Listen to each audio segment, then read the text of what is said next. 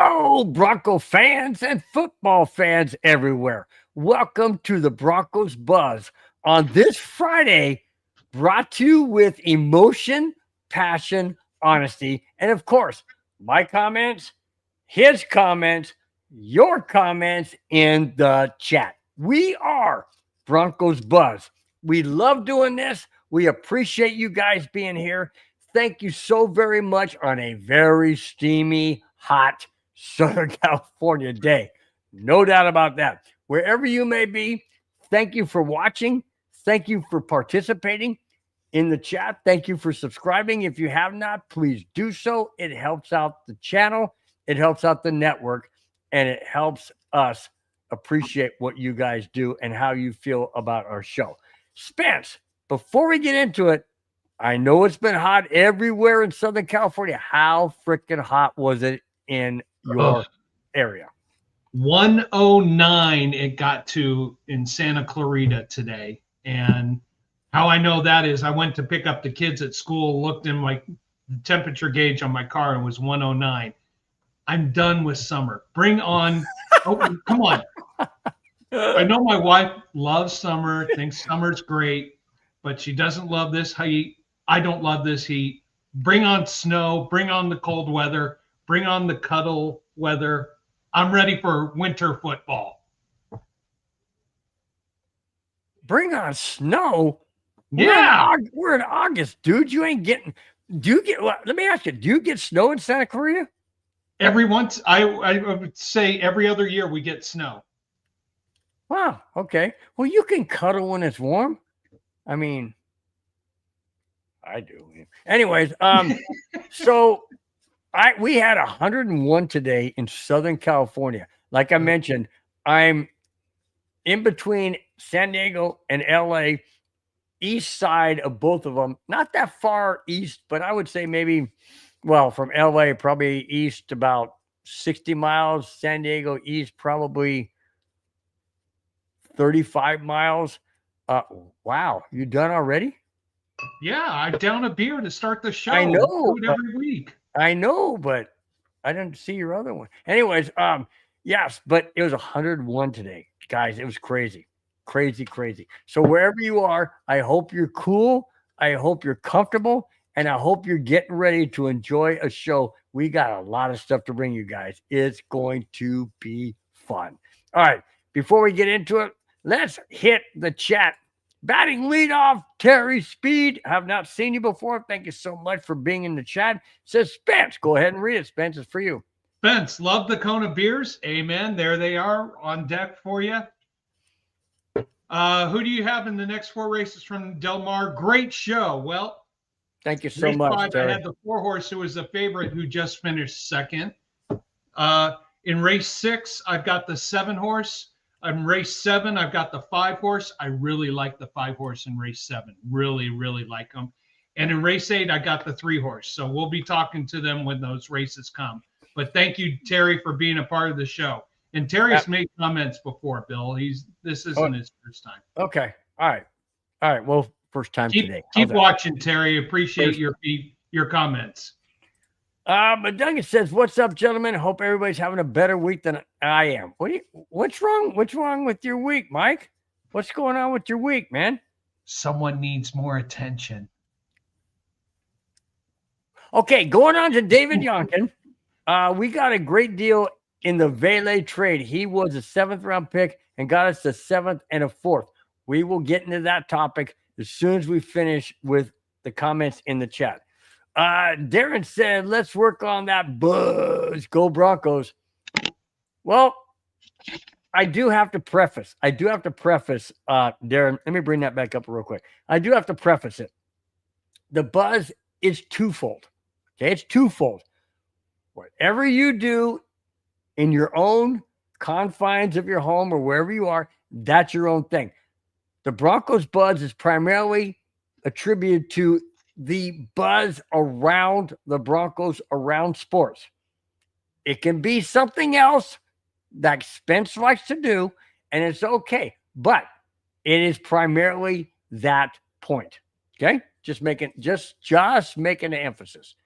Is that the public service announcement that we have to provide as we're doing our show? Exactly. Yes. Okay. Call Bill when you're the size of a toothpick. Every day is cuddle. Every day's cuddle weather when you're the size of a toothpick. Mike. No. Someone's jealous. It's okay. All right. Yeah. He also follows up by saying, well, Bill, when you're the size of a toothpick, every sort of weather is cuddle weather. Yes, every weather is cuddle weather. Because you know what? Guess what? We have air conditioning upstairs in the bedroom. So it ain't 100 degrees outside. It could be, but it ain't in the bedroom. Well, anyway, moving on. Well, it's 200 degrees in the bedroom. All right, first topic. Holy Toledo. Boy, did that go off the rails real quick? Hang on one sec. Hang on. Victory lap. Yo, what's up, Victory lap? Thank you so much for being in the chat. I was going to say it went off the rails really quick. You know why? Madungus is in the Madungus is in the chat. Well, of just saying. All right. Main topic. We have made a trade to the New Orleans Saints, who were playing tomorrow. Last Wednesday, the Denver Broncos traded Devaughn Vele to the New Orleans Saints for a 4th-round pick in the 2026 NFL draft, as well as a 7th-round pick in the 2027 draft, per Adam Schefter. My point, my thought is this. Okay, we got value in the future, but how in heaven's name does that help us now? It doesn't, because we don't have another receiver. We traded it away. So how does that benefit the Denver Broncos, Spence? Well, you know what? I'm going to put the comment up here and give David the credit for almost exactly what I was going to say. I'm going to say this. Vele may have been on the edge of making the 53-man roster, maybe not. Another performance. This is a business opportunity. Instead of cutting him and getting nothing, how about you take the commodity that you have, move it on to an organization. Interesting how it was the Saints. I mean, Sean Payton's former organization. So I wonder if there was a phone call there. And it's interesting how Sean Payton said that Vele was like another famous wide receiver, Colston, said right. He had Colston's talent. Colston was amazing for the Saints. So it's a win-win for everybody. Vele, if you're on the edge as a general manager and you can get something for a commodity that you might cut, take the business value. You don't have to pay his contract. The Saints take over that contract. You get a 4th and a 7th for spending a 7th-round draft pick. It's good draft capital that you could use to move up even more. Take the probability of building something for the future for the issue that you may or may not have moving forward with this season. I think it's a great way to look forward and try to build down the road. And you're going to also save some potential cap space, which could help with maybe signing a certain player who hasn't been signed yet. Yeah. So Nick Benito. It's sad that you have to do this, but this is business. You've got to think of the business aspect for the team, not just for this season, but for 26, 27, and further down the road. But as a fan, we don't think business. We think we want wins. We want championships. We want playoffs. We want consistency.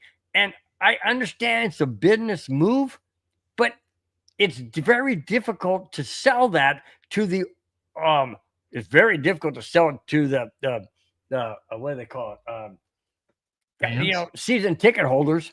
Very hard to sell to season ticket holders, and very hard to sell to Bronco fans across the country. Because like myself, I want to see consistency. I don't want to see this guy's here for, a year, that guy's there for 2 years, this guy's, I don't want to see it. I was devastated when Von Miller left. I hated that. I was devastated when Shannon Sharp went to the Baltimore Ravens. It's because I want consistency. I want the players that we have to be better, to work better.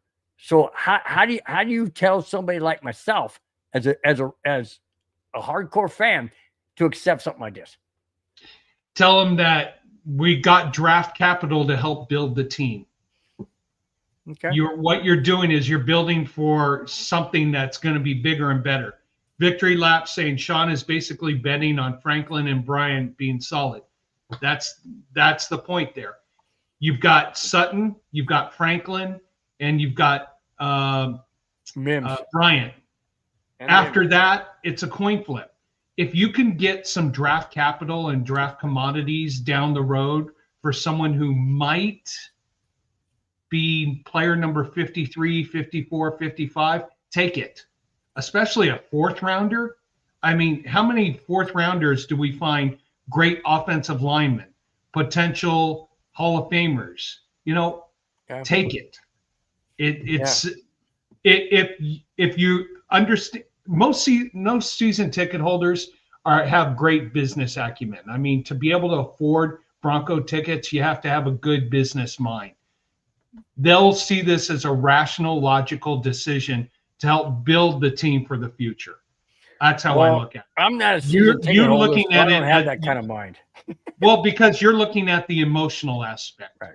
And you got it. And when it comes to building a franchise and building a good team, you unfortunately have to take the emotional aspect out of it and think of the business perspective. That is, I see your side. Yeah. Madunga says Vele was below Sutton, Mims, and Franklin, Bryant, and Sherfield, so it only made sense to trade him, especially when Vele and Bryant are the same type of receiver, and they use the second on Bryant. Yeah, there you go. But I mean, I didn't want to say Mims because he hasn't looked spectacular in the preseason. So essentially, you're getting something for an individual you might cut and get nothing for. Take it. Yeah. Victor Lap says, and it opens another roster spot. It does. Well, it doesn't exactly open another roster spot. It makes a tougher decision for cutting down to the 53 a little bit easier. So Madungus follows up saying, it's also worth noting that the Broncos did not shop Vele around. 2 teams called about him. They weren't planning on trading him, but they got an offer they just couldn't refuse. There you go. There you go. No, I mean, if someone comes to you and says, I'll give you a 4th round pick for someone you might cut, I mean, a potential receiver, take it. Yeah.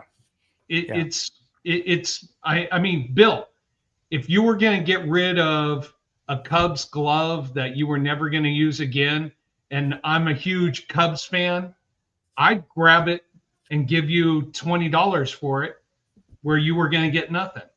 Right. Well, true. Yeah, true. You got to look at the business aspect for this. True. Let me ask you. I'm gonna ask you something in the green room after the show about possible tickets to a baseball game.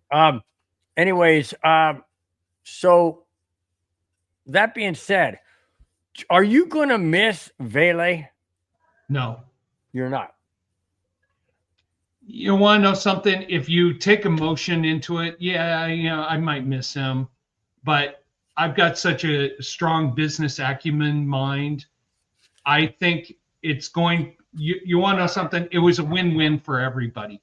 Vele's going to now have a chance to excel where he was 4, 5, 6 on the roster, and bark, bark, bark. Is it my dog he hears? Yeah, he hears your dog. It's hilarious, dude. It's so funny. That's so good. The show, you know what? The Madungus, I think my dogs hear you and are starting to bark. That's why my house is called Casa de la Chaos. Hey, it's all. Hey, It's all good. We're live. You never can control live shows. You really can't, But that's the fun part of it. unless you're in a studio and you're secluded and outside interference. No, that's what makes the show fun. When you can grab your dog, pick it up, show when your wife walks in, it's or your kids. It's what makes this show great. In my opinion, that's what makes it a family show. We're here for every one of you out there. We love it. I could sell one of my youngest says also I could sell one of my kids for Broncos season tickets or in sync tickets. Huh? Yeah, but you know what? If you sold one of them, you still have 5. Look at it that way. But wait a minute. What am I saying? You don't sell kids, Mike. What's wrong with you, boy? What's wrong with you, man? That ain't right. He's got a business acumen mind, so come on. I think that's called prison time. Just saying. All right. They may have different rules out in Nebraska. They probably do. I mean, he told me a while back that he was towing a vehicle behind his truck with a freaking rope. Remember we used to do that in California? Oh my God. Oh, years ago. And we bashed they did. He said they did that last year. You do that here, that's a ticket, baby. You do that here, it's a ticket, and you bash in the back end and front end of cars. Oh yeah, not only that, but they'll confiscate your vehicle you're towing. Oh yeah, it's California's communist. I mean, hey, patience. 1.5 more years. That's it. Patience. Yeah, but now we got Kamala Harris that wants to be governor. Damn. I know we're not supposed to be political. If that happens, I am moving. Oh no, I'm going to Nebraska. Oh, hi, Mike. I'll go to your neighborhood. All right, let's go to getting out of politics because please. That was taboo. Recap of the Broncos Cardinals preseason game. Now, y'all know where I stand when I say that. We can't either, Victor. That I can't stand that lady. Yeah, same here. We all know how I stand when it comes to Jared Stidham. I'm not saying he should be the starter, so don't even put words in my mouth, Madungus or anybody else, please. That's not what I'm saying. What I'm saying is he has performed exceptionally well. And there is a topic that I will get into that backs that up. Not for him starting, but for his performance in preseason. Okay? That being said, 27-7. Now, Franklin caught 2 passes for touchdowns. We will get into that topic a little later too. But the point I'm trying to make is this. Are the Broncos under Sean Payton in this year, with the second year of him being as a head coach, is everything starting to gel with spokes as opposed to banging heads like it did under previous head coaches? What do you think, Spence? No, I think, and it starts with the culture. The defense is obviously blending and becoming one and in sync. And really, I mean, to do what they've done so far in 2 preseason games is amazing. Now, the offense understood them. Amazing. I want to see how Bo Nix. Now, he had kind of a rough first quarter against the 49ers. He's getting back up to speed. I want to see this first game. Now, my notes that I had on the Broncos and Cardinals, offensive line, too many false starts, too many illegal formations, way too many. They've got to get rid of that. The only touchdown they gave up, Matthews was being the defensive back was being aggressive, wanted to go for the pick 6 and got burned. Okay, that happens. Franklin, some amazing catches. Oh, uh-oh. Hang on. Dad, how you doing?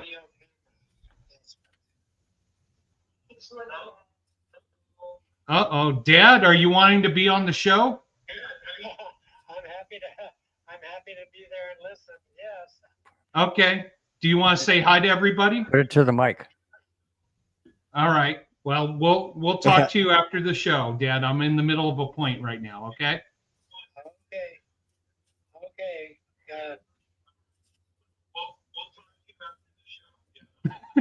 Cool. Cool. Sorry, Hey. Dad. I thought Dad was doing FaceTime. Hey, everybody, it's my father, the family show. If you FaceTime, not audio call, if you FaceTime, we'll get you on the show.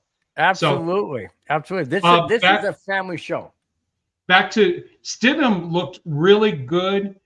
I did the stat breakdown. 90%, he was 90% on his completions when he looked one way and threw the other. Mm-hmm.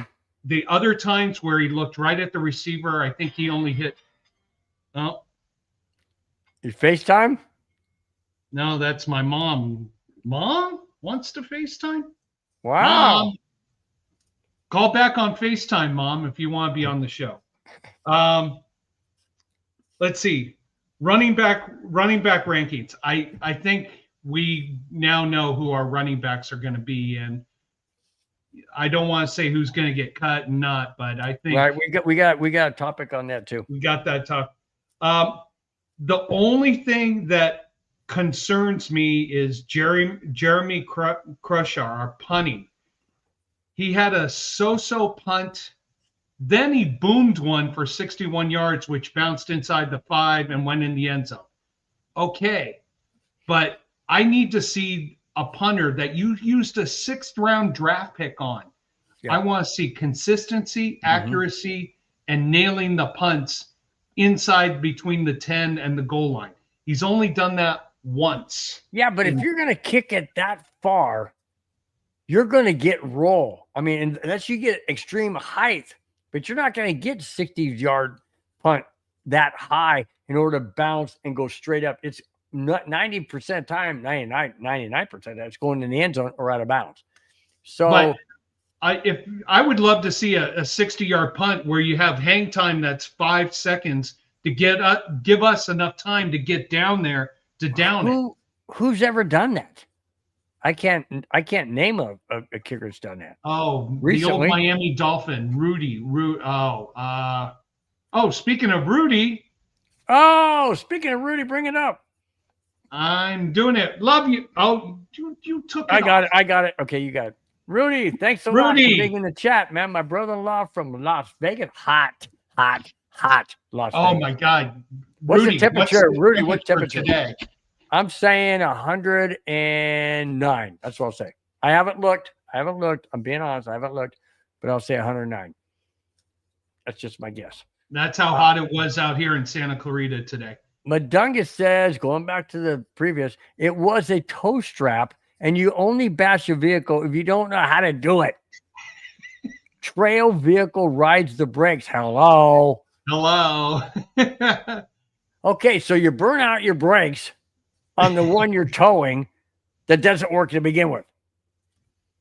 Okay, just saying. Woo, what did I say, dude? Nailed it. It. 109. Rudy, it got to 109 in Santa Clarita here today. Wow.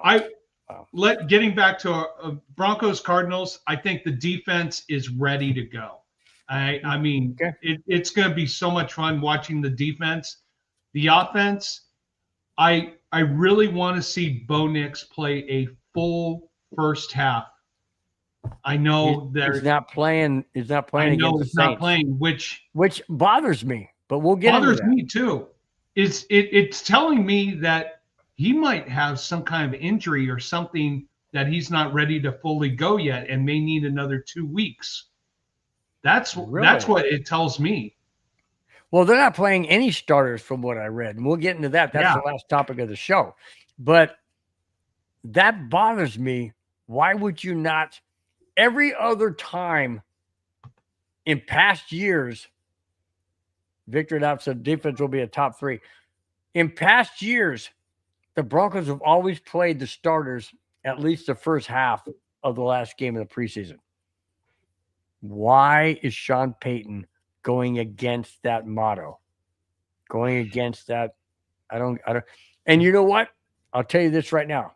And I know we're going to get in the last topic and comment about the preview of the game tomorrow. If the Broncos come out flat against the Titans on Sunday, opening day in Denver, I'm going to point back to the third and final preseason game. Yeah, and I completely agree, because if Bo Nix doesn't play this weekend, which he's not, that means he'll go. He played in January, played 2 series in August. 4 weeks later, it's the regular season. Mm-hmm. Do you think that's enough time? I don't think that's enough time or enough, because he can, Rudy says. Well, okay, because he can. That's beside the point. We all can do what we want to do, but that doesn't necessarily make it not right, but make it ready. yeah. I mean, okay, Spence. Let's say you're going into your career, what you do, and they want you to learn certain things, and they only give you a smattering of things you can learn, and then they give you 4 weeks off and expect you to perform at your highest level when you go back. It ain't gonna happen. I'll give you a great example. I played beach volleyball at least 1 to 2 times a week. When the pandemic started, all beach volleyball, all beaches were illegal here for about 10 months. That first February Thursday, when we came back in 2021 and we started playing volleyball, it was probably like I was 8 or 9 years old again. It was ugly. Mm-hmm. Here, and you want to know something, Victory? I know you saying this, that Sean's seen enough in practice. Practice doesn't make game speed. Exactly. This, you have to get used to the game speed. And almost every single team is doing a dress rehearsal this weekend. I know you don't want to put them in a situation where they might get hurt, but you're going to play this weekend, and then they get hurt in practice, dude. I mean, against their own players. I mean, things happen. To me, I'm just saying, I think it's a drastic mistake. That's all I'm saying. I just think it's not in the best interest of this team. Now, here's the situation. Now, I want to throw this at you, Bill. Okay. Bo Nix has a horrible first half against Tennessee. Do you bench him? I know. Exactly. Reason why I'm not saying, and I'll bring that up real quick. Victor Knopf says, and he heard that the field condition in New Orleans is not great. Isn't it a dome? No, the turf is supposedly there's an issue with the AstroTurf. Supposedly. Okay. Anyways, going back to your question, would I bench Bo Nix? Yeah. Is the game 10-7? Is it 14-3? We're down 7 picks. We're down 17-3 with 2 picks. Yes. Yeah. And that's and the reason why is because he hasn't played in the preseason, and Stidham has and done well.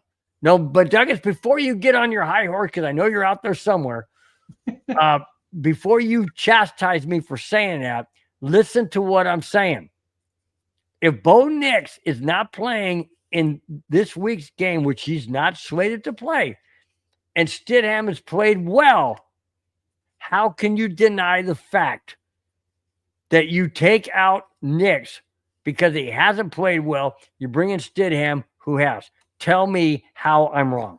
Tell me. And Vic, I hear you. Sean will not bench Nix.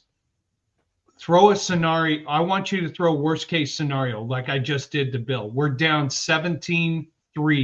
He's thrown early third quarter. Early third quarter. Now, I agree, and you beat me to the point. You can't mess with the QB confidence. But if we have drive and desire to be a Super Bowl champion. Now, this is all hypothetical. Honestly, I don't think we'll be in that scenario with Tennessee. I don't I don't foresee it. But worst case scenario, we're not looking good. The offense is sputtering. The defense gets a pick and returns it down to the 10-yard line. We go back 5 yards, kick a field goal. If the offense is sputtering and not looking good and is pathetic and horrible, do you pull Nix for Stidham? All right, let me throw a different wrench in. Let's Okay. say you don't pull him, and the game ends up Tennessee 34, Denver 10. Now what? Yeah. Now what? You talk about, okay, let me go back to here. Victor that says you can't mess with the quarterback's confidence. Well, wouldn't his confidence be shaken if he threw 2 picks and maybe an intentional grounding and they lost 34-10 at home on opening day? Wouldn't that shake his confidence? And furthermore, what does that mean to Sean Payton for not playing him in a freaking preseason? I mean, yes, we're talking worst case scenarios here. Sure. We're talking situations that may or may not happen. Sure. And so I don't want to bench Nix. I don't want to pull him. I don't want a situation. I want him to go out and fight and fight and fight and fight and fight. You are, Bill, there's no scenario. But, Bill, you're a big Stidham fan, and I know you want him to start. No, I don't. I want him. I only want Stidham in there in a situation like we've just mentioned where Bo Nix doesn't have it. Richie Ritz, thank you so much for being in the chat. And I'm not saying that Bo Nix isn't going to have it. I'm just saying if this is his sophomore season, a lot of quarterbacks falter in their second season. Richie Rich says there's no scenario where Nix gets benched this season, period. If Nix performs poorly, it will likely be due to offensive line play. Not Nix. Okay, so the offensive line throws an interception. That's not on Nix. Just saying. Okay. Hey, Raider Shield, what is up? What is up, Raider Shield guys? family? Salute back to you, my friend. Thank you so much.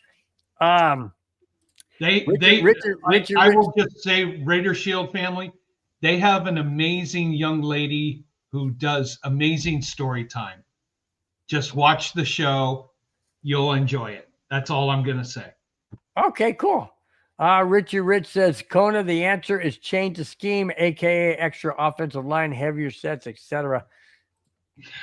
Yeah, you switch over to the running game, which I hear you on that, Rich.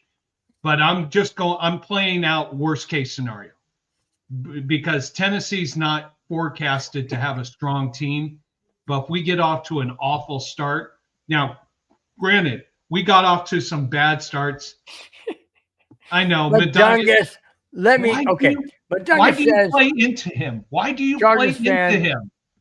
But Dungus says, I'm a Chargers fan, which I'm not. Bo Nix hater, which I'm not. You should have told me these things before I asked you to join the network. Hey, Spence, aren't we doing okay? Bill, you're playing right into him. I know, it's okay. Okay, he just gave you the perfect set, and you went in and just got a 6-pack right in your face. What the heck, Rich?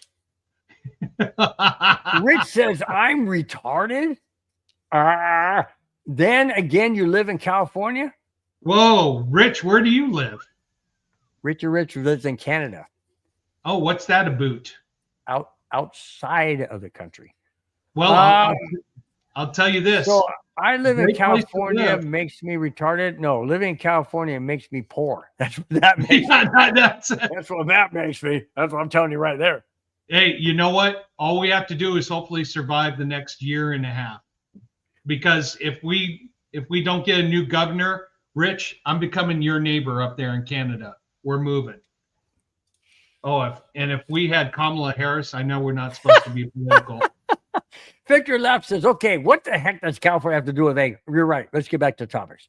Exactly. All right. next. Speaking of topics, the Broncos have signed a cornerback. Listen to this. Could this guy, seriously, could this guy be PS2 second? I don't mean PS2 the second, obviously the second, but I mean PS2 alternate. Could it be equal to him? A little bit lower than him, but on the same plane? Listen to this. This is great, guys. I'm loving this one. Denver Broncos have made a pair of roster moves last Friday. According to multiple reports, the Broncos signed cornerback Micah Abraham and waived defensive back, who we talked about last week, defensive back Gregory Jr. with an injury designation. Don't know what that means, but they waived it. Anyways, per NFL media scouting profile, listen to this, and I quote, Abraham is a ball-hawking corner with impressive instincts and rare ball production, end quote. Holy smokes. Does that make him equal to PS2, close to, or what do you think, Spence? I think the cornerback position has had too many injuries this preseason and in training camp. We've had now two guys who we released but put back onto the injured reserve list. So we had to go out and sign somebody. I'm telling you right now, this team is fine. It's okay. We need to bolster our cornerback position, because if I saw the team stats right now, we've got 4 cornerbacks who've got injury issues. 2 of them are on it. Oh, yeah. Yeah. But Douglas say just got gas for $2.67. I just got gas yesterday for $4.19. Yeah, thanks, let me erase that 4 and draw a 2 for what. Erase that 2 and draw a 4 for out here. So I will just say this: all the Broncos are doing is bolstering their cornerback position, which they've had some injuries here in training camp. It's going to be interesting to see how they're going to be put together once the season starts, who makes the 53-man roster. I think this is just a good insurance policy to help bolster that backfield in the defensive end. But what ESPN said, I'm sorry, what NFL media scouting profile said, that he has ball hawking cover, man. Isn't that what PS2 is? He does, but he got burned a lot getting faked into like Mathias did. He got burned a lot trying to go after interceptions. And so that's what got him released from his former team. So all right. This is just an insurance commodity. All right. I'm going to bring this up. Raider Shield family said nothing has changed but positives in the offense of the Broncos. As a Raider fan, I can expect Bo Nix to not have the sophomore slump. Stroud went backwards because of changes on the offensive line. Do you agree? Yep. Oh, okay. Yeah. Oh, yeah. Okay. And Stroud got exposed for his throwing challenges. But speaking of offensive line, we have a major season-ending injury to one of our offensive linemen. This was great that scenario. What's the word about great intro, or forget what the word I'm looking for. Segue. Great segue from Raider Shield by bringing that up. According to Zach Stevens of DNVR, offensive lineman Nick Gargiulo has been placed on season-ending IR. The news was confirmed by Chris Thomason of the Denver Gazette. The leg injury he suffered in the second half of the game against the Cardinals, the result was he had to be carted off the field and season ending. How does that affect the Broncos offensive line moving forward in this upcoming season, which is only weeks away? This is devastating because he was one of the mainstays on that offensive line, part of the culture and everything. ACL out.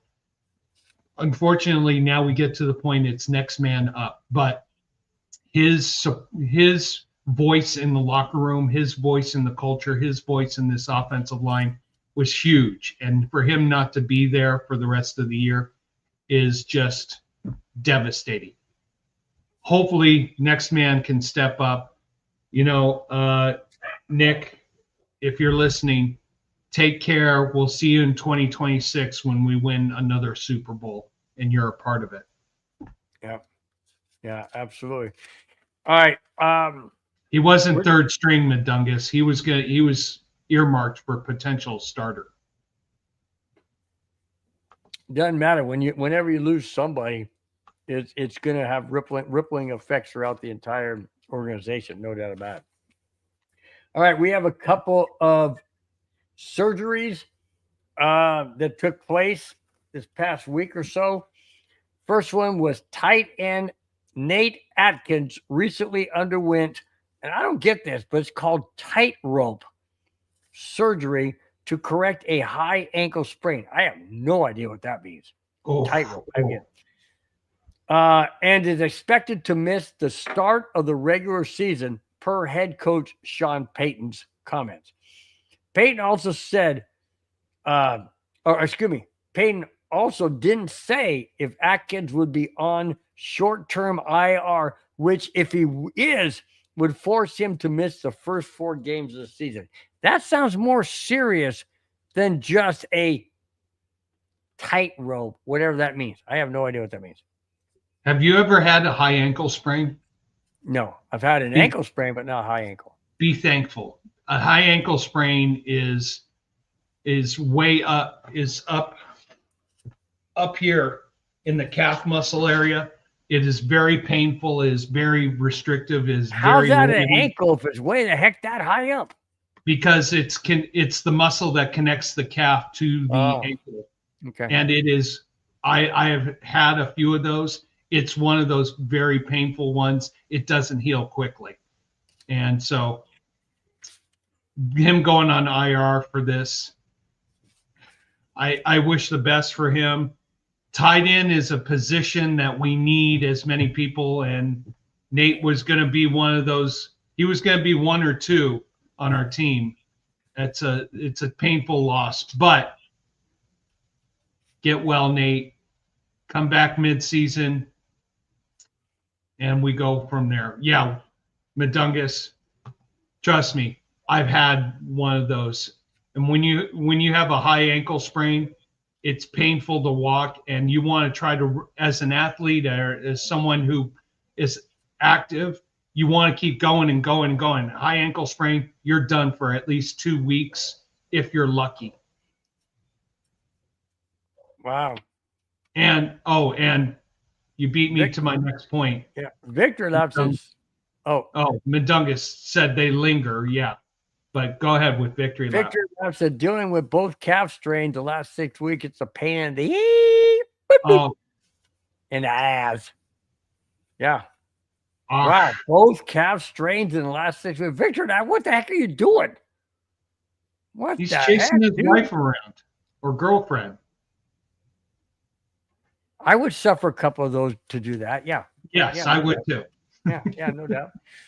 Well, maybe not my girlfriend. I got a wife. I mean, hello. Yeah, I have a wife too. Let's correct that real quick so it doesn't get out there that Bronco Bill has somebody. No, I don't have somebody else. All right. Second surgery. Nick Bonito also recently underwent a procedure to clean up a bone spur in his foot. Head coach Sean Payton said Bonito had a simple, there we go with the thing again, a simple bone spur in a unique spot in his foot. Unique? Why? Because it was on the top of his freaking foot. Yeah. The top of his foot. Payton said last Tuesday that Bonito was doing fine, but won't play this Saturday as the starters won't be playing against the Saints at all. Period. So there you go. So was it debilitating for him to get the surgery? Obviously. But on the top of how do you get a bone spur on the top of your freaking foot? Yeah, you can get a bone spur anywhere. The buildup of calcium, everything. Good that it's on the top of the foot. So He had surgery. It's going to take anywhere from 5 to 14 days to recover from the surgery aspect. To be able to get up to full speed again is going to be anywhere from 2 to 4 weeks. So he could play within 2 weeks after surgery. It'll be 2.5 once the season starts. I think if this was on the bottom of the foot or the side of the foot, just someplace that took a lot of impact from the pounding and pushing off and everything like that, there'd be a lot more concern. This was supposedly on the top of the foot. I'm not worried. I think he'll be ready to go in 2 weeks when game 1 starts against Tennessee. Madungus, you are on fire tonight. Proof that you need to stretch before physical activity in the bedroom. You know what? It's not our job to stretch. Hopefully our partners help us stretch. Okay, we got an ESPN. I can't grab it fast enough. Well, don't go there, Madungus. Don't even go there. He's going there. I know he's going there. Yeah. I can't say a freaking thing on this show without thinking, Madungus going to take that in a different direction. What's this? It won't be a high ankle. This is my exercise. Then look at this one. I know. Raider Shield says my family may get a high ankle sprain. Like I said at the beginning of the show, guys, if you haven't gone back to if you weren't here at the very beginning of the show, I said this is going to be a great, fantastic show. I never thought it would go in this direction, but then Madungus is in the chat, so of course it's going to go in this direction. Hey, you know what? Ankle sprains can happen from any activity. Raider Shield family, glad it's happening with those activities. Okay, thanks for watching, guys. We are almost done. Okay. ESPN NFL Future, and ESPN's NFL Future, which is a show. Seth Walder made a bold prediction that quarterback Bo Nix would be benched in 2027. Sean Payton was asked about this comment in a recent coach's interview. Payton said, and I quote, I can't worry about Nix from ESPN. I can't worry about 2027, but I can focus on this year. Let's find him, Nix, in 2027 and see where we're at. End quote. Take that, Nix. Take that. Why are you making stupid comments 2 years from now on a ridiculous comment? It makes zero sense, okay? You may want to get ratings. You may want to get clicks onto your topic. Well, guess what? You got my click, and here's my click back to you. You suck, you jackass. What do you say, Spence? No, and Seth, you know what? Your predictions are trash. How about this prediction that Seth made for the 2024 season? He predicted that the Minnesota Vikings would go 4-13. Oops. Other way around, 13-4.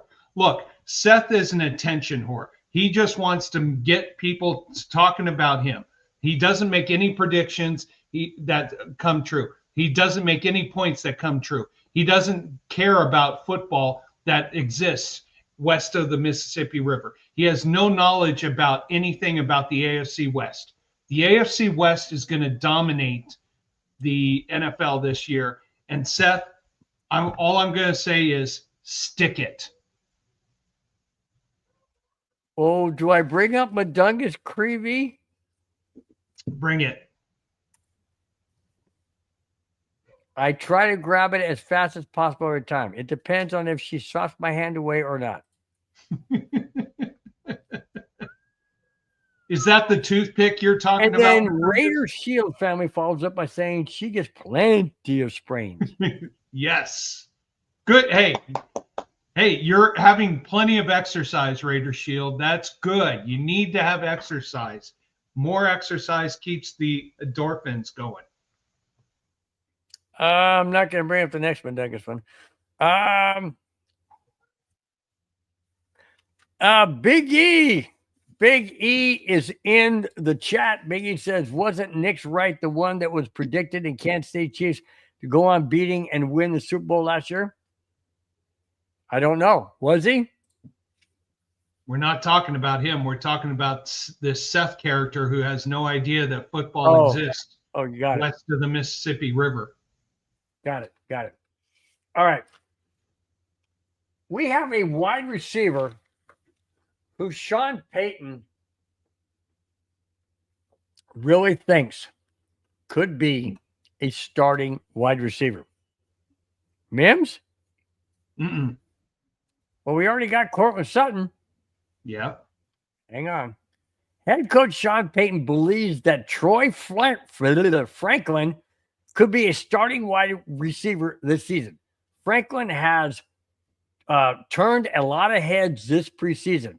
Against the Cardinals, Franklin had 4 catches. That's it, just 4 catches. But listen to what happened. 4 catches for 67 yards and 2 touchdowns in the 27-7 win over the Cardinals.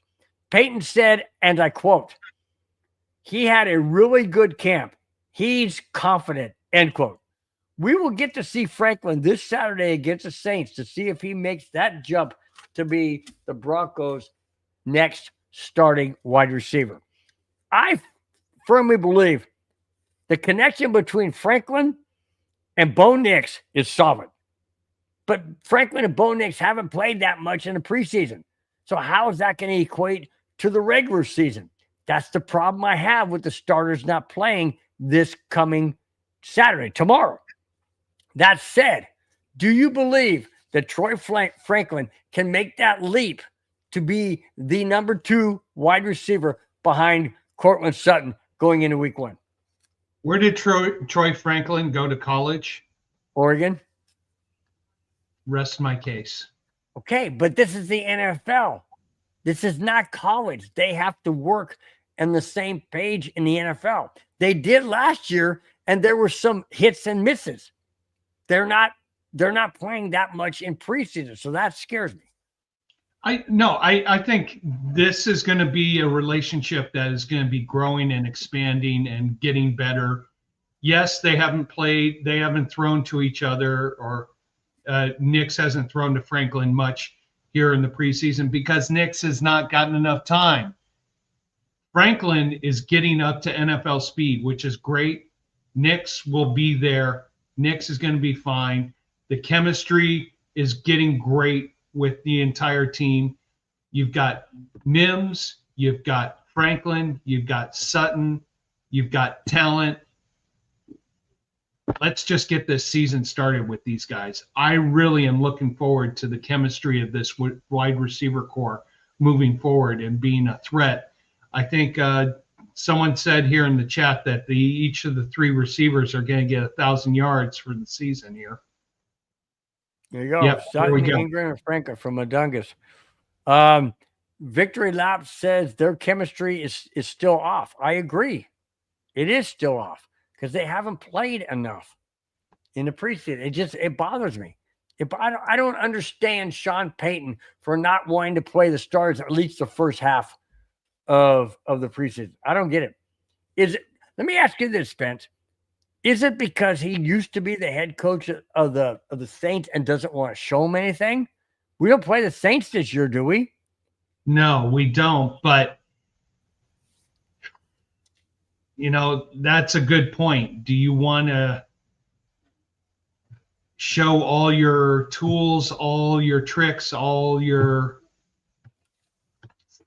– you know what? Do what you did in the first game. Limit the playbook to basic plays, get up to NFL speed, get up to chemistry level with everybody. Bo Nix needs the reps. Now, that's a fan perspective. From a coaching perspective, if they don't think he needs it, who are we to fight or argue with Sean Payton? He's a Super Bowl champion head coach. With the aforementioned New Orleans Saints. Just saying. Mm-hmm. Just saying.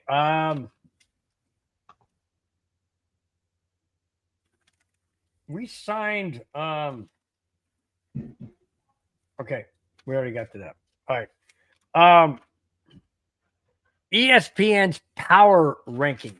Speaking Oh, of geez. ESPN, when they said that, ESPN's guy said that they're going to bench Bo Nix in 2027. Well, guess where the power rankings are? Because this is a whole different side of ESPN. Here we go. The power rankings are out from ESPN. The AFC West looks like this. I'm not doing the whole power rankings, just doing the AFC West because I don't care. The Kansas City Chiefs are number 2, obviously behind the Eagles. That's what they're saying. Okay. AFC West looks like this. The Kansas City Chiefs are number 2. The Chargers, number 8. The Raiders, sorry, Raider fan, number 25. Denver is ranked. Where do you think the Denver's ranked there, Spence? They're If I behind remember the Chiefs. seeing it right, 15. 5. Ranked 5th. Listen to this. The Oh, Broncos are only behind 4 AFC teams: Chiefs, Bills, Ravens, and Bengals. Bengals have no defense. We're only ranked behind them. We're talking about the AFC now, not the NFC. We're only talking about the AFC rankings. Okay. Oh, Broncos, AFC. right. Sorry. Broncos are ranked 5th behind the Chiefs, Bills, Ravens, and Bengals in that order. Do you agree with that in the AFC West? I mean, AFC West, AFC. No, because I think the Chiefs, the Chiefs are going to struggle this year. I think it's going to catch up with them. The referees will make sure the Chiefs have a good year, but I think, yeah, that's the other thing. Yeah, Victor, we should be in front of the Bengals. I would put the Broncos. I put the Broncos number 3 behind Baltimore and Buffalo right now. Right now, I would do. No, it's not Baltimore. Yeah, Ravens. It's Chiefs, Bills, Ravens, and Bengals.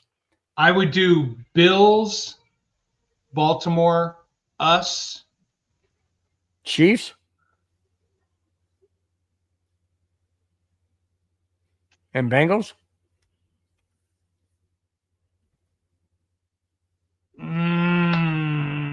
I'm just going to stick with those 3, and then everybody else is also Rams after that. Because the Bengals, yeah, they may have an amazing offense. They have no defense. Yeah. So. Wow, but Douglas said Bengals just swapped their starting tackle, and Hendrickson's going to get traded. Yeah. Okay, well, there you go. So how does ESPN rate them ahead of us? When they just said earlier in the topic we had that we have one of the best lines. By the way, do you remember what ESPN stands for? Eastern Sports Programming Network. Yeah. ESPN hasn't realized that football does exist west of the Mississippi River. Yeah, true. Just like CNN stands for Communist News Network. I mean, I didn't. Whoa! Hello. I'm sorry. Anyways, all right. Let's go on to. We're not doing political. I didn't do political. I just did a good one-liner. Yeah. This one is scary. Oh. This one is scary for a lot of reasons. Okay, guys, very scary. I don't care. I really don't care if you're a Chiefs fan, a Raiders fan, a Chargers fan, a Bengals fan, a Giants fan, an Eagle. I don't care. This is scary. Chargers fan? I can't stand Chargers. Anyways, well, never. I'm not. I almost said something, but I'm not going to go down there. Okay. This could happen to Broncos head coach. It could happen, but it happened to the Chiefs head coach. Here it is. Thank goodness everything's fine. A very scary moment reported last Wednesday This didn't happen last Wednesday. This happened last year. But it was only reported last Wednesday that a bullet penetrated the glass in the practice facility office of Andy Reid's office while he was working alone last year. The Kansas City Star reported this. The bullet missed Reid, are you ready for this? By a mere 15 feet. 15 feet. That's not a lot, guys. That's not a lot. I continue. According to the report, the shot was fired from outside the facility, and lodged into a wall, like I mentioned, a mere 15 feet from where Reid was sitting shortly after midnight last May 4th, 2024. My question is, what in heaven's name is he doing there at midnight? Why is he there at midnight? Nobody else around? Okay, maybe you feel safe. It's your facility. You do this all the time. Whatever. Not in this day and age. This day and age, nothing good happens after midnight. And this is proof. I continue. In all, there were 3 shots that were fired. This is being treated as an aggravated assault because the building was occupied at the time. The chief declined to comment to the Star on this report. Spence, we are in a time and age of where nobody in this freaking world is safe. Nobody. Yeah. And for somebody to take shots, now granted, only one penetrated the building, but it happened to be the office that Andy Reid was in. And I'm not a Chiefs fan, but I will tell you this. I do not condone anything like this, anything whatsoever. The second bullet, or another bullet, I should say, hit the side of the building. A third one hit an air conditioner. The point I'm trying to make is, who in heaven's name was trying to take out Andy Reid, if they were trying to take out Andy Reid, and why in heaven's name are you firing at midnight at an office building?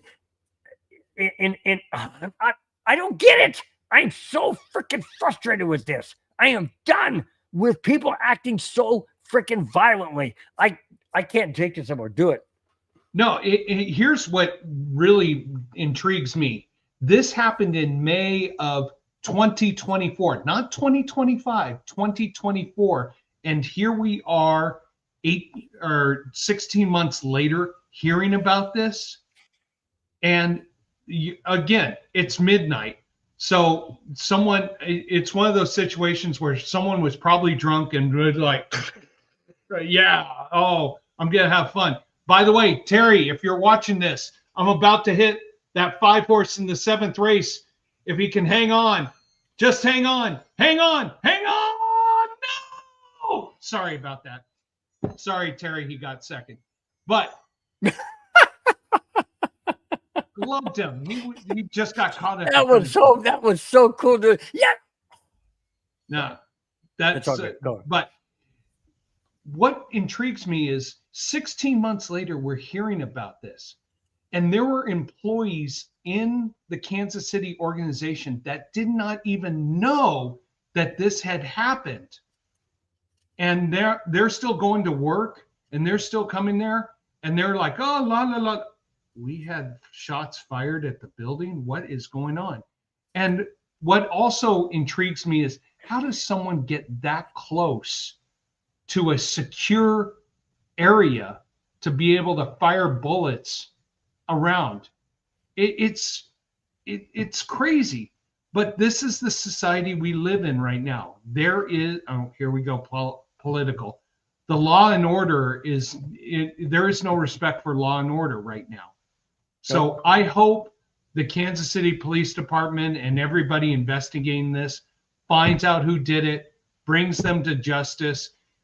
Low probability because, again, it's midnight. There weren't many cameras surrounding that area. You know what? I'm glad no one was hurt. Don't ever want to see anybody with any arch rival hurt in any way, shape, or form. I hope the police find this guy and prosecute him to the maximum effort of the law. Absolutely. I gotta get the chat. This is crazy. Paul Shaver says, "Happy Friday, Bronco brothers and sisters. Thank you so much. Really do appreciate it." Rudy said, "Mr. Schaefer, welcome." Absolutely. Paul follows up and said, "The Chiefs have drafted low character guys. Do you think this was an ex-player?" Yes. You do? I think that I don't think. How about this? Holy I crap! don't think it was an man, ex-player. seriously? I think it was someone associated with the organization in one shape or form. Why? Because they knew where the facility was and where his office was? I mean, that's the rational aspect. Wow. Wow. Wow. Now you just opened Pandora's box, dude.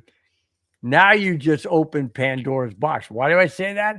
Because now other people may be thinking the same thing with coaches or players or ownership. Oh my gosh, this could be a disgruntled ex-employee. That is possible, but it had to be someone who had intimate knowledge of the organization. Wow. I mean, a random fan doing this. And to know that he was there at midnight? Yeah. A random fan seems very unlikely. Wow. So why do you think this was under wraps for over a year? Because of that very reason? They're trying to uncover? That's the only logical explanation. Only. Wow. Wow, dude. Hang on. That just opened up a ton of questions. By the way, bad Madungus. Bad Madungus. No, it wasn't. No, it was not. No, we're not going there. Victor Lapp brought up a good point. For the Bulls to travel from outside the stadium to hit a wall is crazy. Do you think it was a high powered? It had to be high powered, right? They said outside the facility, not outside the stadium. Now, the facility may be like Dove Valley, where they're outside of the stadium and somewhere else on the grounds where a guy could be, maybe 60 yards away. I don't know. But, man, for Andy Reid not to say, nobody in the organization to say anything until now really does open my eyes as to why. Why were they so silent for all these months? And then have a year that they, okay, let me ask you this. Do you think that played into the reason why the Chiefs didn't win the Super Bowl last year? No, it had nothing to do with it. Okay. All right. And then Paul Schaefer, oh my gosh, this is what I'm laughing at.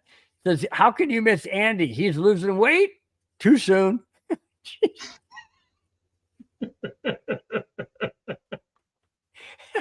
Oh, that's just wrong, but it was funny. So I had to bring it in. No. Hey, you know what? It's true. It's true. Oh my gosh. Oh, sorry. No, it's all good. Paul, I don't know if I can go down that road.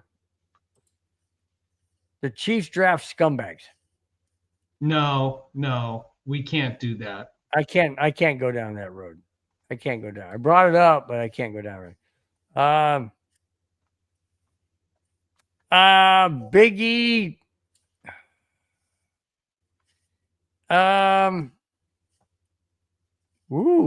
Victor Lapp says, didn't the Chiefs' #1 fan was committed a murder? Yes, he was. Yes, he did. Yep. Coincidence? Ooh. Wow, never thought of that. Revenge? Anything is possible. Anything's possible. Wow, that's crazy. There you go. Read it, Spence. Oh, Spence, thank you for the pick in race 7. I had 20 across. Whoa. Still made a profit. Hey, it was 4-1. I don't know what I had $4 across the board. So, but Terry, glad to be able to help you with that pick. I don't like the pick in the last race. So you know what? Take your winnings, go have a buzz or get some drinks and call it a night. And thank you for supporting the show. Oh, Broncos bus. Got it. Yeah. Got it. Wait a minute. So it was murder? What, Vic? Talking about Chiefs #1 fan. Yeah. Oh, Yep. God. Yep. All right. We are down, and I know you guys love this every single week, so I'm doing it again, like always. The last two topics of the show. So here we go. We are 1 hour and 10 minutes in the show. You guys have been fantastic as always. Really do appreciate your comments and your interaction. It's what makes this show #1. Okay, here we go. Jack, what's up? He said, "What's up, Jack?" Jack Kenna. There he is. Thank you so much, Raider Jack. Love to have you in the chat as always. Thank you so much for being here. If you Jack, if you missed any of the show, go back to the beginning, watch it. It was a fantastic show. A lot of craziness. Madungus was in the chat like always, so you know it got twisted real quick. But by the way, Madungus made a huge bet on that race. 0.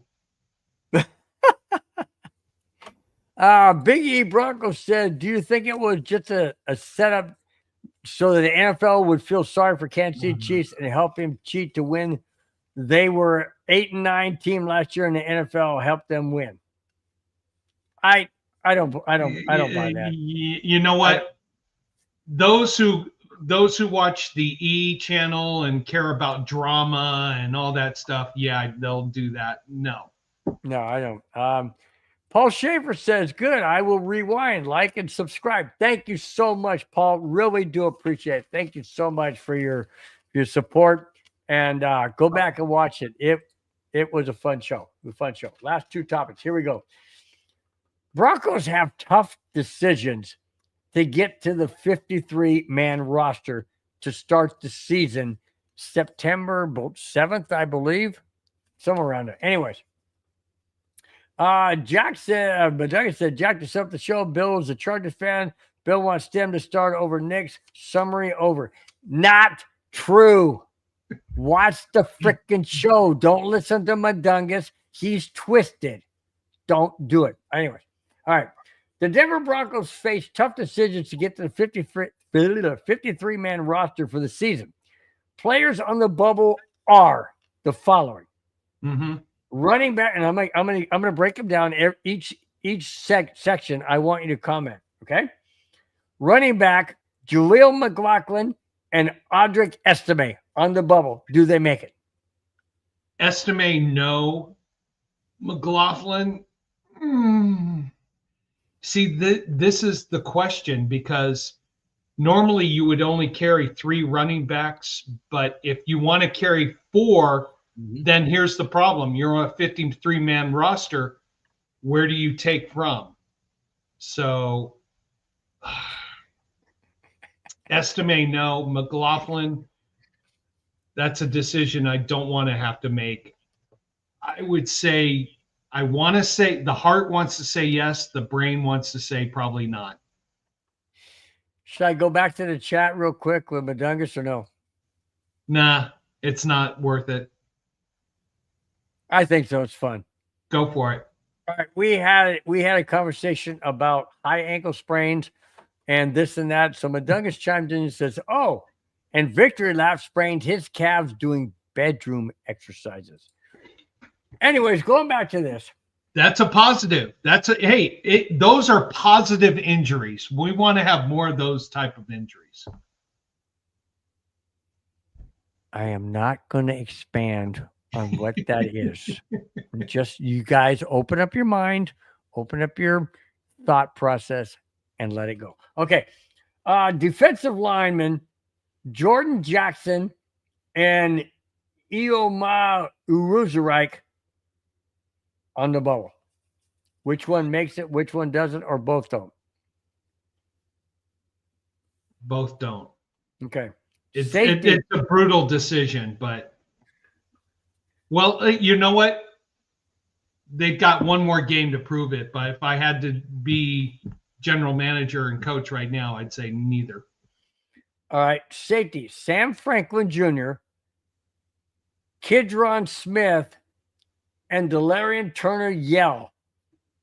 The possibility of trading a safety to gain assets is also being considered. Which one of those makes it, if any? Which one of those gets traded, if any? I think Smith is the hottest commodity out of the three who can possibly bring value back to the organization. Kidron Smith? Yeah. Okay, not Sam Franklin Jr. or Delarian Turner Yell. If out of the three, who could bring value back to the team, I think it's Smith. Okay. And what do the Broncos get for him? 6, 7? 5th or 6th. Okay. Any draft pick is good value in return. Okay. Oh, jeez. I got him. I'm going to do it. Paul Shaver says Goodell busted some caps at Andy for stealing his nutties. Oh, that's not the one I thought you were going to. Oh my gosh. Which one did you think? Pull it up. There you go. If you don't walk out of the bedroom with some sort of injury. Yes. Well, how about this one? Victor Knapp said, Madungus, I never get injured in the bedroom. I'm a smooth operator. Smooth operator. Remember that song? I'm a smooth operator. Yeah, that was a good song. At our age, none of it. Madungus said, just means you ain't working hard enough, Victory. You beat me to that comment. Wow. Whenever Madungus is in the chat, this show always goes totally different directions. But you know what? We always get great ratings, so keep it bringing. Bring it on, man. It's always good. It's always good, man. All right, last final topic for the show. 1 hour and 17 and a half minutes in. You guys have been fantastic. The chat's been blowing up. It's been crazy good. Chacona, I hope you've had a good time tonight. I lost the show, and I actually think you do want Jared Stem to start. No, I don't.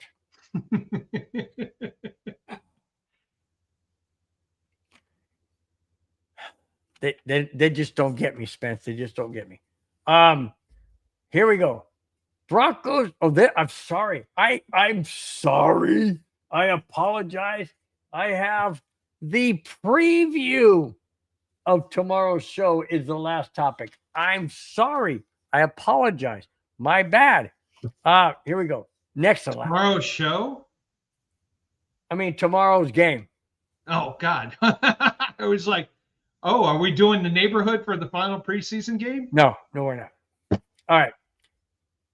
3 reasons the Broncos will make the playoffs. Yes. Here they are. Are the Denver Broncos guaranteed to make the playoffs in 2025? No. Nothing is guaranteed in any sport. Nothing is guaranteed. However, here are 3 reasons to believe they will make the playoffs.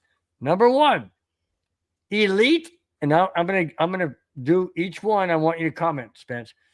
Number 1, elite in the trenches, both offense and defense. What do you say? Defense, yes. Offense, I don't think we're quite there yet. So you're saying that the offense has some issues that could keep us out of making the playoffs? Yes. Okay. Right now, as we speak today. Okay. Huh? Madungus. What do you mean? I wasn't going to bring that up. What do you mean I shot my load? What are you talking about?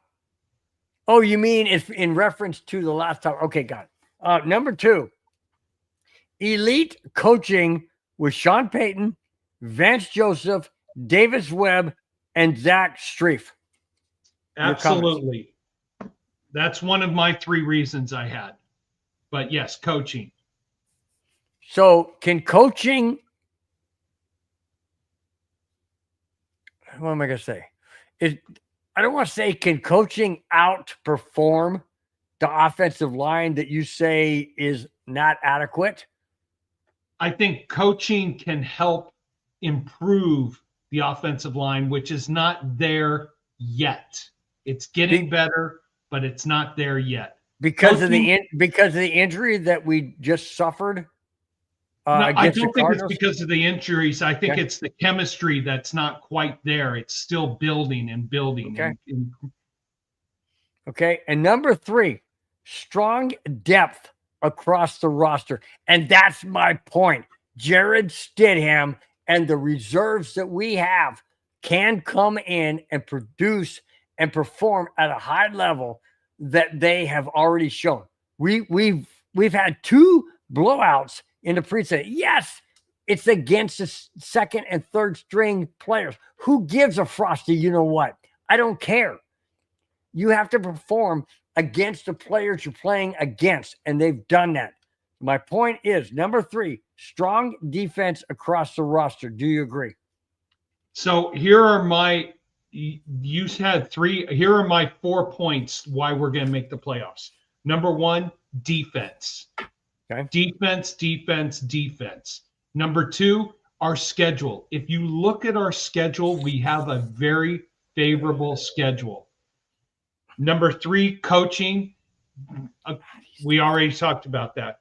And the other point, number 4, we've got great backups in all positions. You need insurance policies at each position moving forward. I really think we're going to be we're going to be doing well. I have initially predicted, and I'm still staying with it, that we go 14-3 this year. How in heaven's name do you say that we have a favorable schedule? We play the Eagles, dude. That's not favorable. We play the AFC South. We have a third place schedule that we play against. So we play against the third place team from the AFC Central, the AFC East. We play against the Jets. But didn't I just say that nothing's guaranteed? Nothing's guaranteed, but that's why I said we have a favorable schedule. Okay. I'm sorry. I respectfully disagree, because I don't see our schedule easier than last year when we won 10 games. True. Our schedule last year was easier than this year. Yeah. But again, it's favorable. Okay. Not awesome, not great, not easy, not easy pickings. It's favorable. You want to talk about schedules? Look at what Baltimore has to face. Look at what Buffalo has to face. Look at what the Chiefs have to face, and compare it to our schedule. It's more favorable than theirs. Okay. Let me continue with the next to last topic. It says, we have a solid depth and a strong chance at making the playoffs with our backups. Do you agree? Yes. Oh, no. I think the support we have, the second string support we have, should a first stringer fall, we've got that second stringer who can step in, especially on the defensive side. And I'll let you have this one. At quarterback, you need that valuable insurance policy. I want to bring up a comment that is very interesting here from Shadow. You both are 100% wrong. The Broncos will rule the West. They are the best team in the West, not the Chiefs. Shadow, I've said. Wait a minute, continue. And for sure, not the Wagons. I mean, Chargers. Broncos led by Bo Nix and best defense in the top 5 offense. No, top 5 offense, I don't think they're there yet. I mean, think of other offenses. You think they're better than Cincinnati, Buffalo, Detroit, Philadelphia? Whoa. AFC, dude. Think AFC. Okay. Buffalo, Cincinnati, Baltimore. That's it, dude. That's it. So maybe top 5 in Kansas City? AFC, but I was looking overall. Shadow, I still think the Broncos win the West, make the AFC championship game, but I think they're going to run into an issue when they have to face Buffalo or Baltimore. But if they get those games at home, boy, Paul, there's a let me great tell- chance. let me tell you something. Anybody in the chat that posts comments, they are not stupid.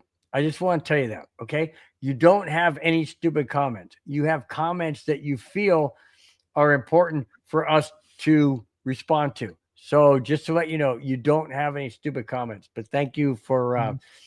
We just wanted to acknowledge that. Absolutely. Madunga Okay. says, now I can't get the song Smooth Operator out of my head, and my wife keeps giving me that side eye every time I start to sing it.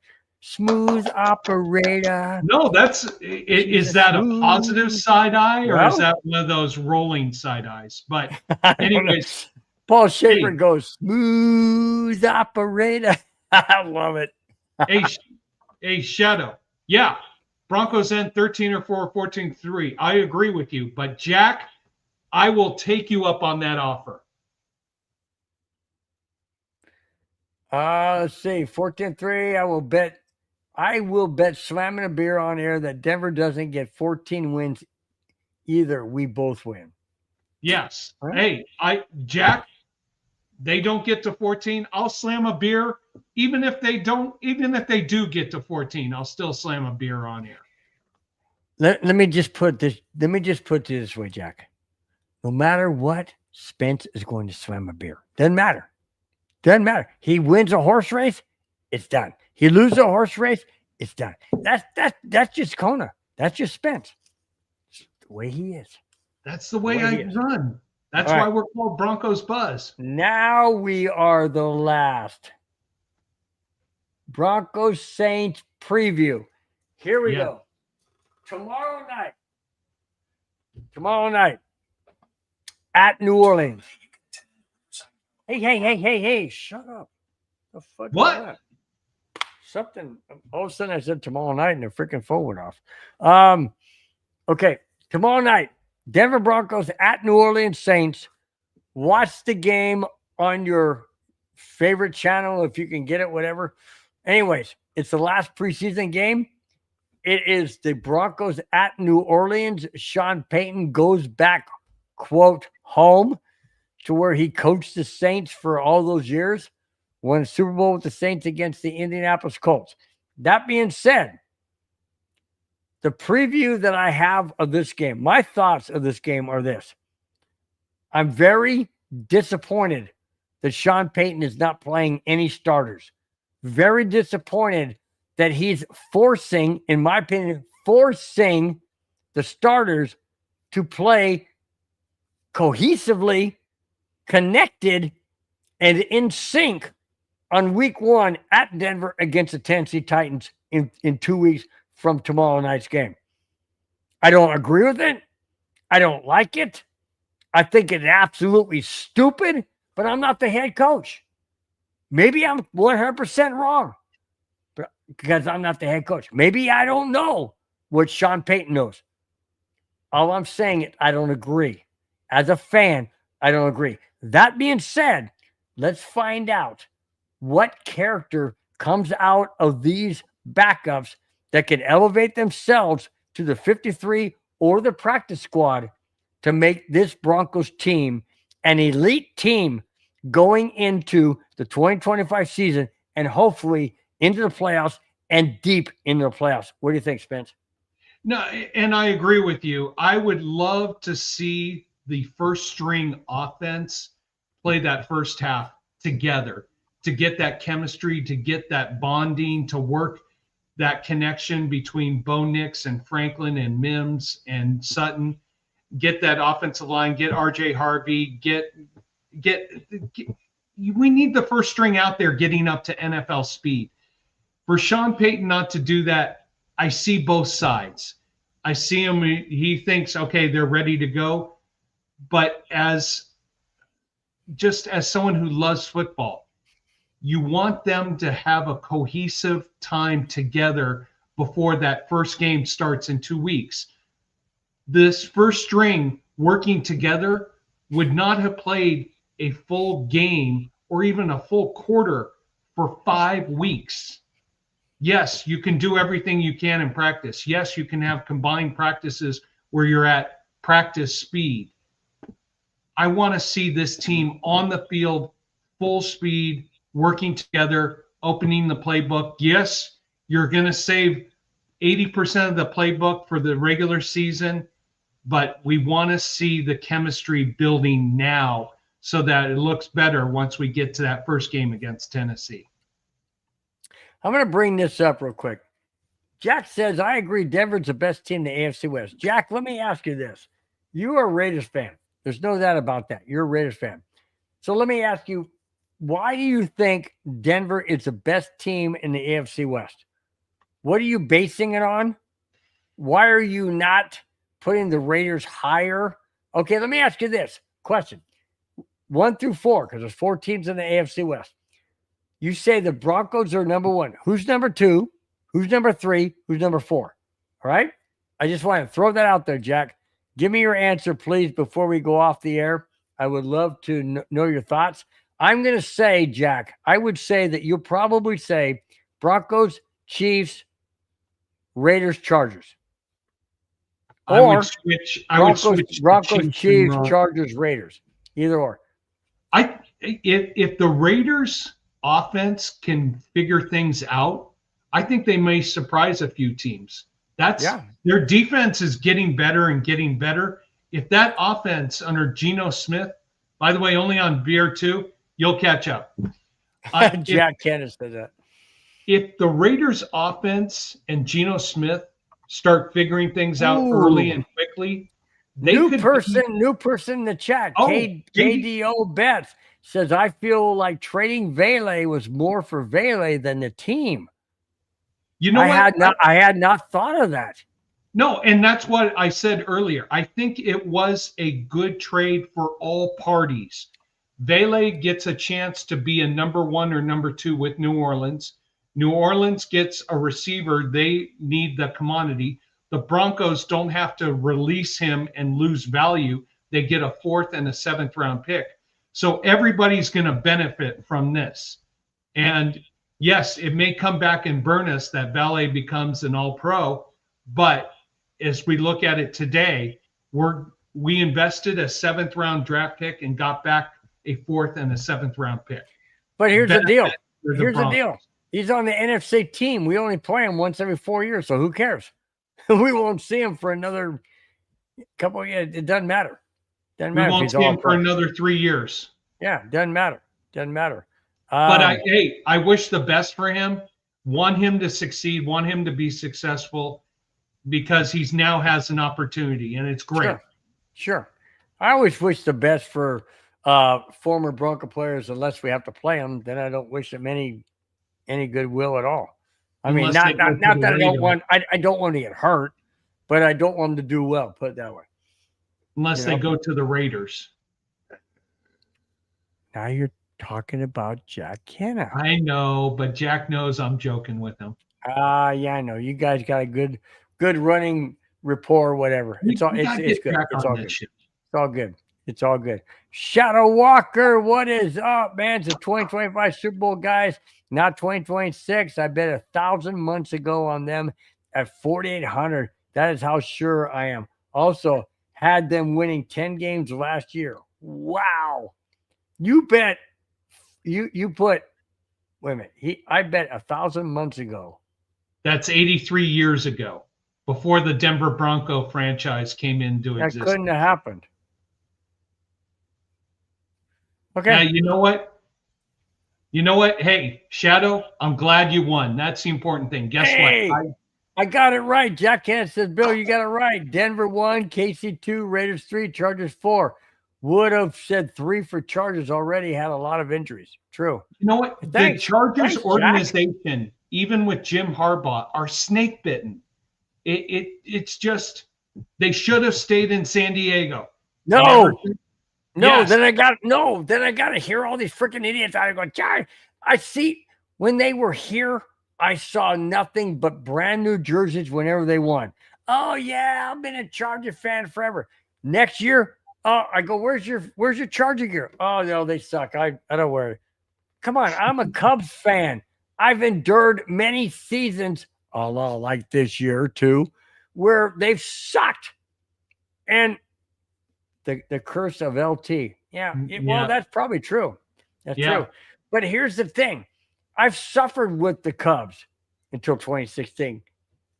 A lot of that flag. I've suffered with the Broncos prior to them winning championships in 97, 98, and Super Bowl 50. I've suffered with the Avalanche. Well, not really. But anyways, but my point being is this.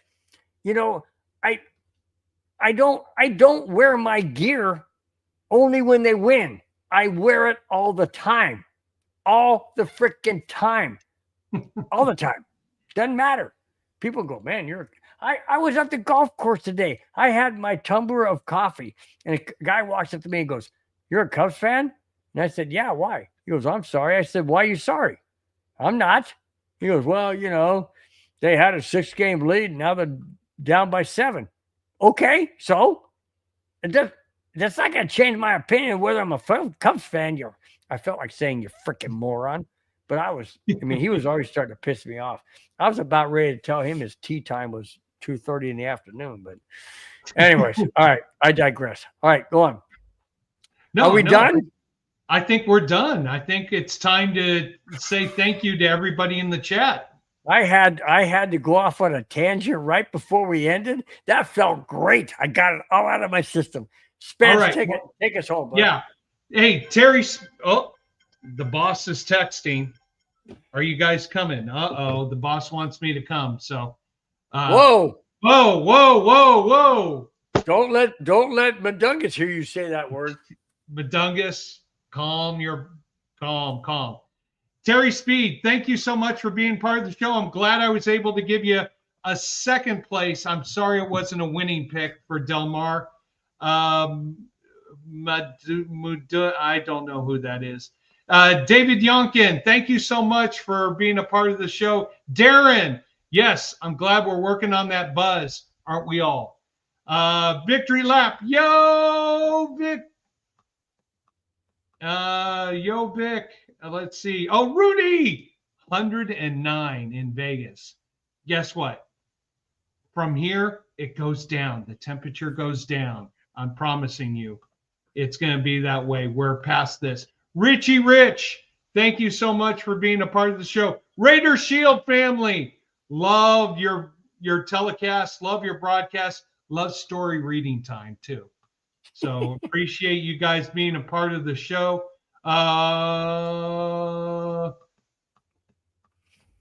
Going through more this. people. We got more people. Oh, Big E Bronco, thank you so much for being a part of the show. Appreciate everything. Just a lot of this I can't pronounce his name, whoever he is. I think he's has some frustrations of his own. All I can see is he posts a message here and saying growing.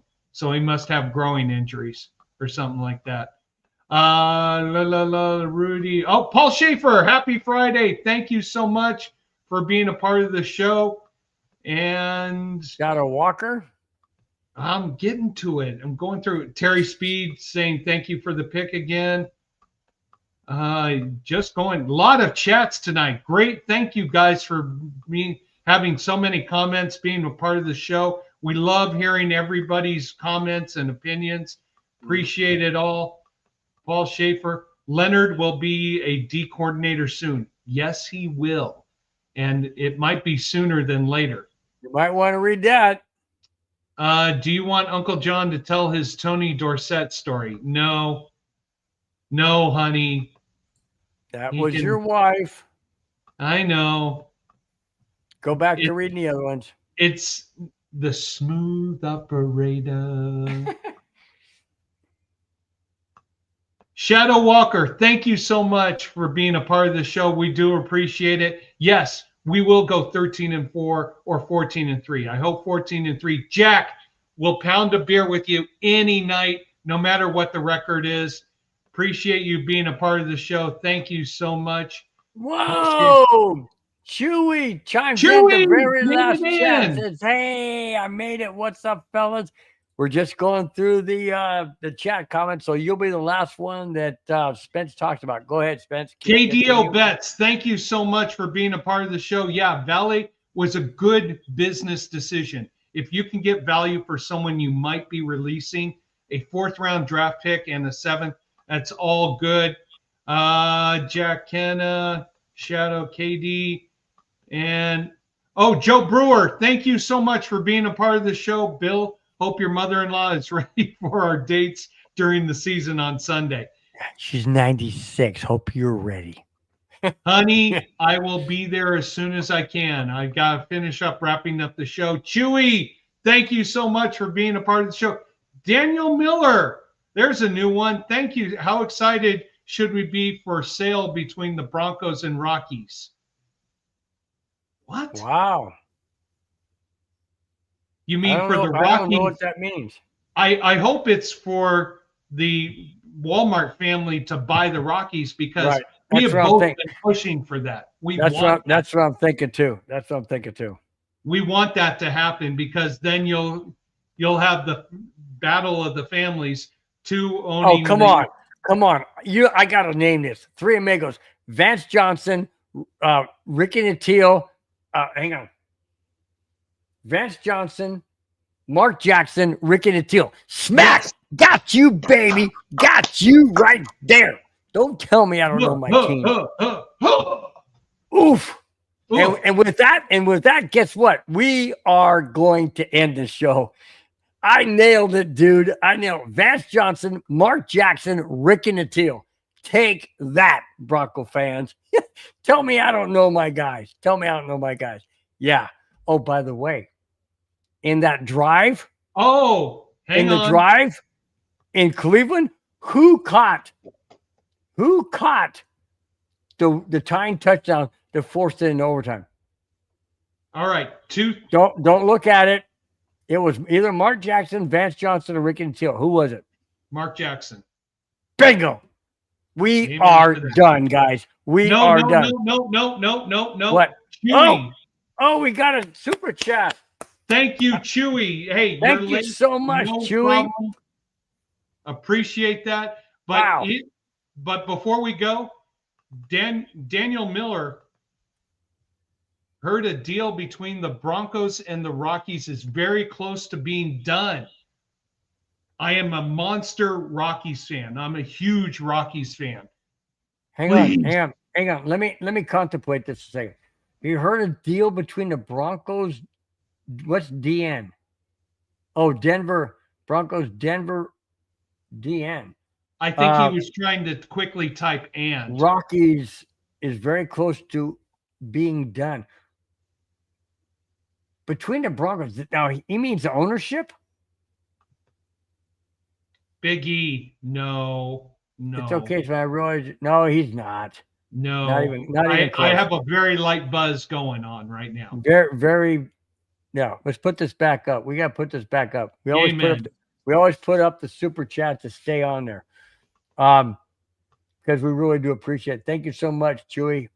Obviously, thank you so much. We really do appreciate it.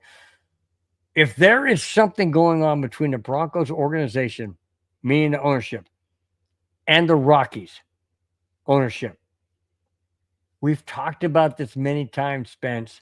We've talked about this many times. Could it be possible, just throwing this out there, could it be possible that the things that we're saying on this show are getting out there somehow, some way? What can I say? You know, the Walton family, they're rational thinkers. They're rational business people. You and I are rational people. They might be secretly watching the show and being like, you know, Broncos Buzz, they think the right way. Let's take on their advice. I don't know. You know what? It would blow my mind. It would really blow my mind if they were watching.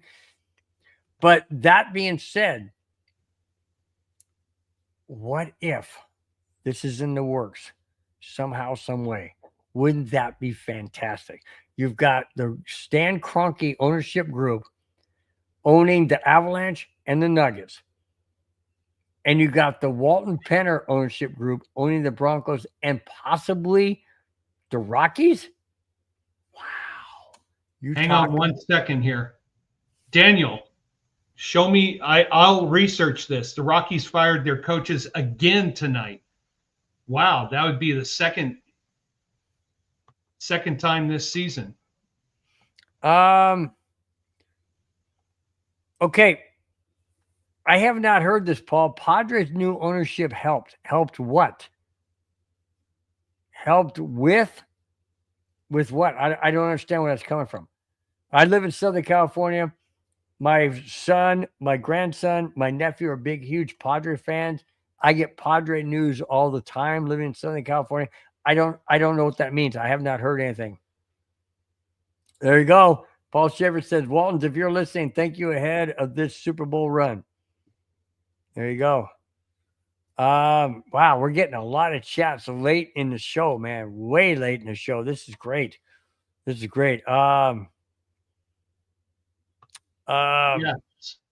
Joe Brewer. Yes.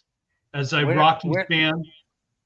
When are the Rockies owners going to understand it's not the players or coaches, it's them, it's the players. True. No, ever since the Nolan Arenado deal, we had a great GM who just had enough of the ownership in 2021 and said, see ya, and left. And ever since then. Daniel Miller, new person. Oh, no, he was here earlier in the chat. Said Broncos will win the division. Man, I don't know. I just can't buy it right now. Victor Lab says, I gotta go school these youngsters. It's okay, man. Hey, we appreciate you being chat. Hour and 46 minutes into the show. You guys have been fantastic.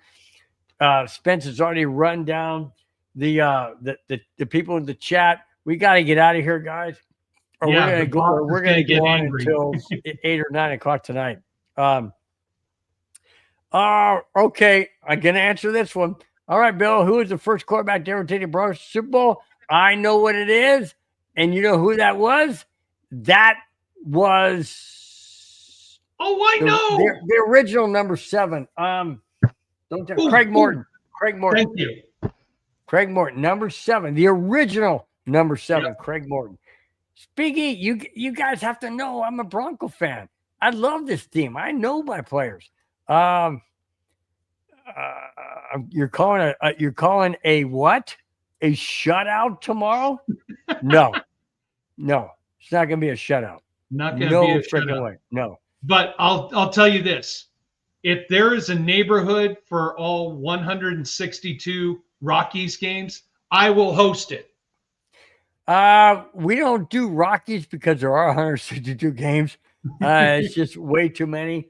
But if the Rockies make the playoffs, we'll do a Rockies. We definitely would do a Rockies neighborhood, no doubt. That's why we don't do an Avalanche season. We just do the playoffs because it's just so many. Guys, we got to get out of here. We really do appreciate you being in the chat.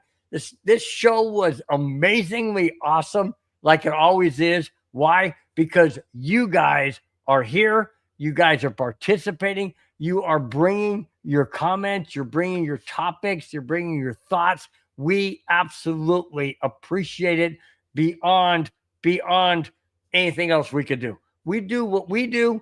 You guys make it that much better. I do you agree, Spence? I think, you know what? Thank you guys for being a part of the show. Thank you for your comments. Thank you for being engaging. Thank you for listening to us. Thank you for telling your friends to be a part of our show every Friday night. Thank you, Mom and Dad, for telling everybody in Colorado to watch Broncos Buzz. Thank you all. Have a wonderful weekend. Go Broncos. Bill, take us out. We are done. Till next Friday, enjoy the Broncos game tomorrow night. Enjoy your weekend. We'll see you next Friday, 1 week prior to season opening of the NFL Broncos season. Till then, guys, have a fantastic evening. We will talk to you then. Take care. Bye-bye. Fast lane when I pass in the street. Bag of money in the passenger seat. Simcoe's been asking for me on the road from the west to the east. Way up, I might never come down, cause the coast's racking up the flight miles.